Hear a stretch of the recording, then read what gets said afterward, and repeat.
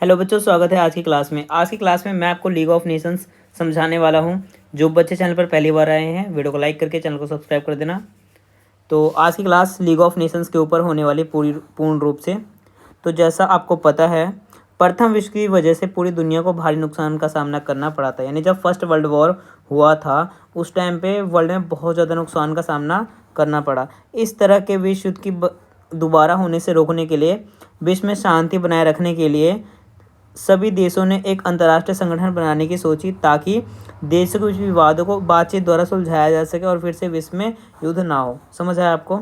जब first world war में, यानी जब प्रथम विश्व युद्ध के अंदर बहुत ज़्यादा नुकसान का सामना करना पड़ा सभी देशों को, तो सभी देशों ने मिलकर सोचा कि हमें एक ऐसे संगठन का निर्माण करना चाहिए जिससे क्या हो, जितने भी विवाद हो उनको बातचीत के द्वारा सुलझाया जा सके। अगर हम मैटर को पहले सुलझा देंगे तो युद्ध होने की संभावना नहीं बचेगी। तो इसलिए सभी देशों ने मिलकर क्या करा, एक संगठन बनाने का सोचा, ठीक है, ताकि विश्व में शांति बनाया जा सके, ठीक है।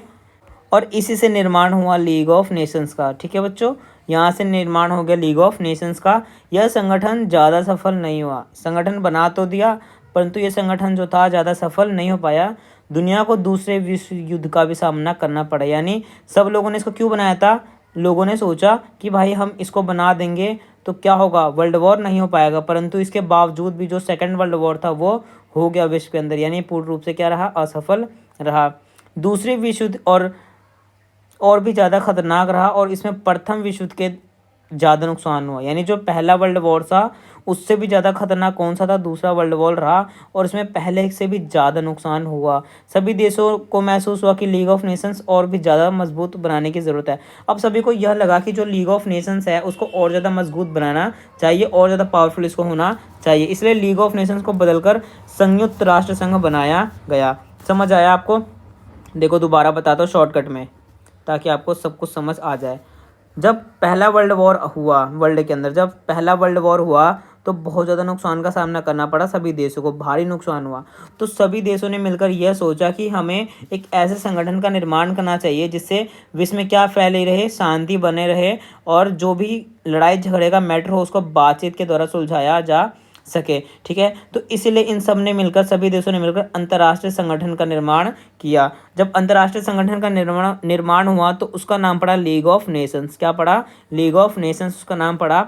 यह संगठन सफल नहीं हो पाया क्योंकि इसके रहते हुए भी विश्व में क्या हुआ, सेकेंड वर्ल्ड वॉर हो गया। और जो सेकेंड वर्ल्ड वॉर था वो पहले के मुकाबले काफ़ी ज़्यादा भयानक साबित हुआ। इसमें बहुत ज़्यादा नुकसान का सामना करना पड़ा सभी देशों को। अब सभी देशों ने सोचा इसको और ज़्यादा पावरफुल बनाने की ज़रूरत है। किसको? लीग ऑफ नेशंस को। सभी लोगों ने बोला, सभी देशों ने मिलकर राय करी कि इसको और ज़्यादा पावरफुल बनाते हैं, और उसका नया नाम रखा गया संयुक्त राष्ट्र संघ। ठीक है बच्चों, समझ आया आपको? यानी लीग ऑफ नेशन से संयुक्त राष्ट्र संघ है। अब देखो यहाँ पर एक नोट लिखा हुआ है कि संयुक्त राष्ट्र संघ को लीग ऑफ नेशंस का उत्तराधिकारी माना जाता है। जैसे कि राजा के बाद दूसरा राजा कौन बनता है? उसका बेटा बनता है ना। तो वैसे ही जो लीग ऑफ नेशंस था उसको संयुक्त राष्ट्र संघ का उत्तराधिकारी माना जाता है। ठीक है, समझ आया आपको? अब हम पढ़ेंगे संयुक्त राष्ट्र संघ के बारे में। ठीक है बच्चों, संयुक्त राष्ट्र संघ के बारे में अब हम पढ़ेंगे कि कैसे, हमें ये तो पता चल गया है कि ये बना कैसे था। तो इसकी स्थापना जो हुई है 24 अक्टूबर 1945 को इसका स्थापना हुआ था। इसमें 193 सदस्य थे उस टाइम पे, जिस टाइम पे इसका निर्माण हुआ है। इसका मुख्यालय न्यूयॉर्क में बनाया गया है। ठीक है, अगर हम इसके उद्देश्य की बात करते हैं कि इसका मोटो क्या है, इसका उद्देश्य क्या है, तो हमने उद्देश्य ऊपर जान ही लिया है कि विश्व में क्या बनाए रखना है, शांति बनाए रखना है। देशों के बीच विवादों को बातचीत के द्वारा क्या करना है, सुलझाना है। देशों की मदद करनी है, जितने भी देश हैं उनकी क्या करनी है, हेल्प करनी है, यानी मदद करनी है। देशों के राजनीतिक, सामाजिक, आर्थिक विकास को बढ़ावा देना है। यानी देश में जितने भी विकास से रिलेटेड मुद्दे होंगे उनको क्या करना है, बढ़ावा देना है। देशों के बीच में संधियां करवाना, यानी अगर किसी देश के बीच में किसी प्रकार का मनमुटाव चल रहा है तो उनमें क्या करवाया जाएगा, संधियां करवाया जाएगा, यानी फ्रेंडशिप करवाया जाएगा, ताकि उनमें एक दूसरे का क्या हो जाए, हेल्प हो जाए। कि अगर बाई चांस कभी देश एक को दिक्कत होता है तो देश भी उसकी क्या कर देगा, हेल्प कर देगा। तो इसलिए इन देशों के बीच में क्या करवाना, संधियां भी करवाना, इसका काम है। किसका?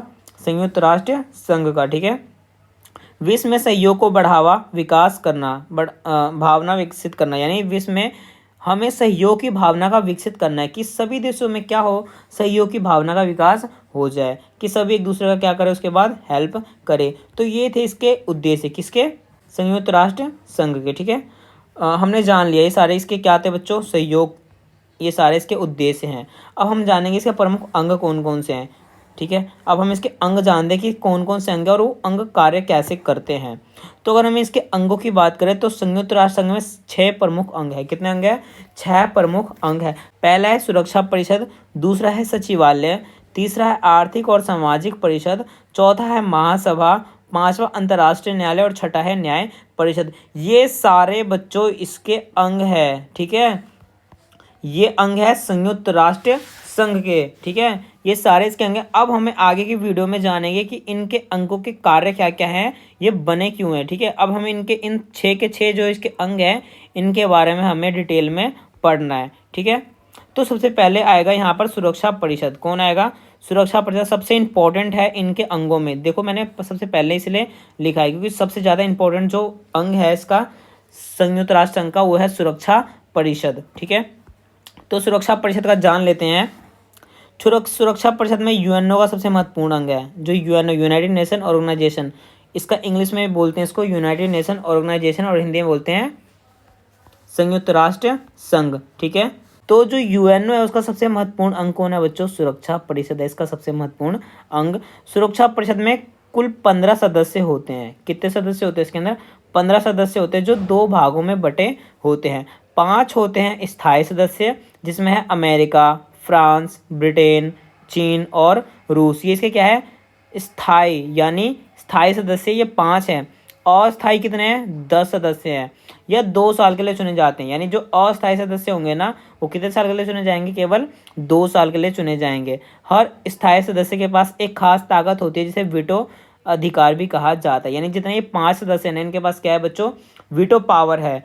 वीटो पावर है इनके पास, खास इनका हथियार होता है। वीटो का प्रयोग करके स्थायी सदस्य किसी भी प्रस्ताव को रोक सकते हैं। अगर कोई प्रस्ताव आता है और किसी स्थायी सदस्य को वो प्रस्ताव स्वीकार नहीं है या उसको पसंद नहीं है तो अपना वीटो अधिकार लगा क्या कर सकता है, उसको रोक सकता है, उसको आगे बढ़ने नहीं दिया जाता है। ठीक है, प्रस्ताव को रोक सकते हैं, सीमित कर सकते हैं।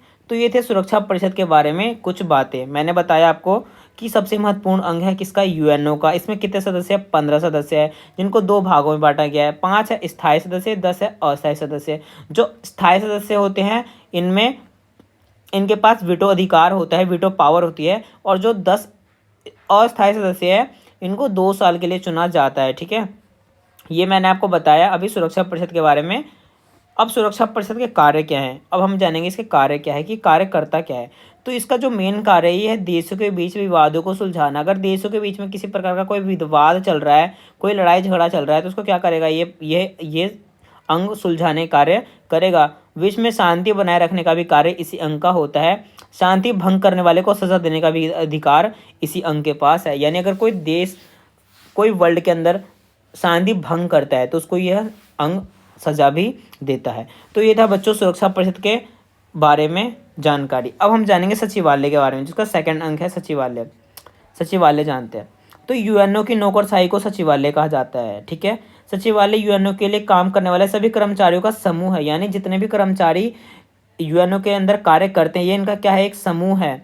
यूएनओ के बाकी अंगों में जानकारी देता है, उनके कामों की लेखा रखता है। यानी यूएनओ के जितने भी अंग है ना वो क्या कार्य कर रहे हैं, कैसे कार्य कर रहे हैं, उन सबका लेखा जोखा कौन करता है, सचिवालय ही करता है। ठीक है, आर्थिक और सामाजिक परिषद, तीसरा अंग है आर्थिक और सामाजिक परिषद। तो आर्थिक और सामाजिक परिषद विश्व में सांस्कृतिक, आर्थिक, सामाजिक, शैक्षिक विकास को कायम करने के लिए कार्य करती है। यानी इन सभी चीज़ों का ध्यान कौन रखती है, आर्थिक और सामाजिक परिषद। वर्ल्ड के अंदर सामाजिक, आर्थिक, सामाजिक, शैक्षणिक विकास, इन सभी का ध्यान कौन रखती है बच्चों, ये वाली अंग रखती है। इसकी स्थापना हुई थी 1945 के अंदर। वर्तमान में इसके सदस्य 54 है। इसकी बैठक, हर परिषद की बैठक हर 2 वर्ष में 2 बार होती है। यानी इसके मीटिंग्स की अगर बात की जाए तो साल में 2 बार इनकी बैठक होती है। इनके कार्य की बात की जाए तो विश्व में आर्थिक, सामाजिक, शैक्षिक, सांस्कृतिक विकास को स्तर को बढ़ावा देने का कार्य है इसका। ठीक है, जो मैंने ऊपर आपको बता दिया ये इसके कार्य है। अब हम बात करते हैं महासभा की। किसकी बच्चों, महासभा की। महासभा यूएनओ के सबसे मुख्य अंगों में से एक है, यानी जो सुरक्षा परिषद था ना, उसके बाद महासभा बहुत इंपॉर्टेंट रोल है यूएनओ का। तो महासभा यूएनओ के सबसे मुख्य अंगों में से भी एक है। महासभा में यूएनओ के सभी देशों को एक वोट का अधिकार दिया जाता है, यानी जितने भी सदस्य हैं उनके पास क्या होता है, एक वोट का अधिकार होता है। यहाँ पर जितने भी देश होंगे ना, सभी देश क्या होंगे, बराबर होंगे। महासभा एक देश की संसद के जैसा होता है, यानी एक देश में जैसे हमारे यहाँ पे संसद है, वैसे जो महासभा होती है वो एक देश के संसद की तरह होती है, जहाँ विचारों पर, विवादों पर चर्चा की जाती है। यानी जितने भी विवाद के मुद्दे होंगे उन पर क्या की जाएगी बच्चों, चर्चा होगी। जैसे एक संसद में होता है, कोई भी मुद्दा आता है उस पर क्या होता है, एक पक्ष होता है, विपक्ष होते हैं, इनके बीच में क्या चलती है, चर्चा चलती है। तो सेम ऐसे ही होता है यूएनओ के महासभा के अंदर भी, कि कोई भी विवाद वाला कोई मुद्दा होगा उस पर क्या होती है, यहाँ पर बैठ के चर्चा होती है। महासभा में सामान्य विषयों पर फैसले आम बहुमत तथा कुछ खास विषयों पर फैसले 2/3 बहुमत से लिया जाता है। इसका सम्मेलन हर साल होता है, यानी इसकी बैठक हर साल की जाती है। ठीक है, यानी अगर महासभा की बात की जाए तो उसका काम है विवादों पर चर्चा करना, मेन काम है इसका क्या, विवादों पर चर्चा करना, और फैसले लेने के लिए बहुमत से फैसले लिए जाते हैं। ठीक है, अब बात करते हैं अंतर्राष्ट्रीय न्यायालय की। किसकी, अंतर्राष्ट्रीय न्यायालय की। तो अंतर्राष्ट्रीय न्यायालय देशों के बीच होने वाले विवादों को सुलझाने का कार्य करता है। यानी इसका कार्य, अगर कार्य की बात की जाए तो अगर देश ए और देश बी के बीच में अगर कोई बात है, किसी बीच का मतभेद है, तो कौन सुलझाएगा इसको, अंतर्राष्ट्रीय न्यायालय ही उसको, उस विवाद को सुलझाने का कार्य करेगा। ठीक है, ये इसका मेन कार्य है कि विवादों को सुलझाना। यह हैग यानी नीदरलैंड में स्थित है, यानी इसका हेडक्वार्टर कहाँ है, नीदरलैंड में स्थित है। अंतर्राष्ट्रीय न्यायालय में 15 न्यायाधीश होते हैं। जो यहाँ के जो न्यायाधीश होते हैं यानी जज होते हैं, यहाँ पर 15 जज होते हैं जिन्हें 9 साल के लिए चुना जाता है। यानी ये 15 जज कितने साल के लिए चुने जाते हैं बच्चों, 9 साल के लिए चुने जाते हैं। हर 3 साल बाद 5 न्यायाधीशों को चुना जाता है, यानी हर 3 साल बाद क्या होते हैं, 5 न्यायाधीशों को चुना जाता है। सभी फैसले बहुमत से लिए जाते हैं, और यहाँ पर भी जो फैसला होगा, यानी किसके पक्ष में फैसला लेना है, उसके लिए भी यहाँ पर क्या होता है, बहुमत होता है। अब बात करते हैं न्याय परिषद की। न्याय परिषद उन क्षेत्रों की देख रेख करने के लिए बनाया गया है जो दूसरे विश्व युद्ध में सामान्य शासन शुरू नहीं हो सका। यानी देखो कहने का मतलब यह है कि जो न्याय परिषद है ना, उसको उस टाइम बनाया गया जब सेकेंड वर्ल्ड वॉर चल रहा था। तो जब दूसरे विश्व युद्ध में जो देश अपने आप को चला नहीं पा रहे थे अपने आप को, तो उसके लिए न्याय परिषद का निर्माण किया गया था। इन क्षेत्रों का संपूर्ण देखरेख करना न्याय परिषद की जिम्मेदारी थी। यानी जो देश सेकेंड वर्ल्ड वॉर में तबाह हो गए, बर्बाद हो गए, उनकी देखरेख करने की जिम्मेदारी किसको दी गई, न्याय परिषद को दी गई थी। शुरुआत में इसमें 11 सदस्य थे, यानी स्टार्टिंग की बात की जाए तो इसमें 11 सदस्यों को रखा गया था। 1996 में पलामू द्वीप के आज़ाद होने के बाद इसका काम खत्म हो गया। यानी 1996 में जब पलामू द्वीप आज़ाद हो गया, उसके बाद इसका कार्य क्या हो गया, खत्म हो गया। पर इसे ख़त्म नहीं किया गया, परंतु ये जो अंग है, ये जो पार्ट है, इसको आज भी ख़त्म नहीं किया गया है, आज भी ये अंग कार्य करता है। ठीक है, तो ये थे बच्चों संयुक्त राष्ट्र संघ के अंग, इनके कार्य मैंने सब कुछ आपको बता दिया डिटेल में। कल मैं आपको आगे की क्लास पढ़ाऊंगा। जिन बच्चों को किसी प्रकार का डाउट हो वो वीडियो को पीछे करके आराम से देख लेना, समझ लेना, बहुत ईजी है, सब कुछ मैंने समझा दिया। फिर भी डाउट हो तो कमेंट करके मुझे बता देना। मिलते हैं कल नए क्लास में। Thank you so much.